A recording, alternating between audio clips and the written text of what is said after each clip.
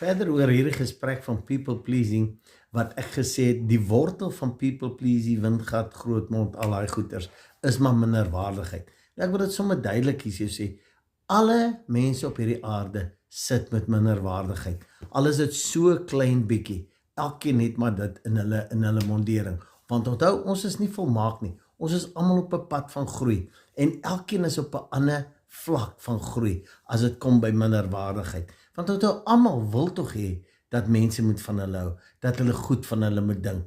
En baie keer, al is dit klein goedjies, sal daar aksies geneem word, goed gesê word, net om mense te kry om van jou te hou. Dis maar 'n mate van people pleasing. So, almal sit daarmee. Maar, ek gaan bietjie vorentoe daarna kyk. Daar's 'n ekstreem persoonlikhede wat baie erg is. En dit is byvoorbeeld narciste. En daar wil ek ook sommer nou sê, almal sit met so 'n stukkie, al is dit so bietjie narcisme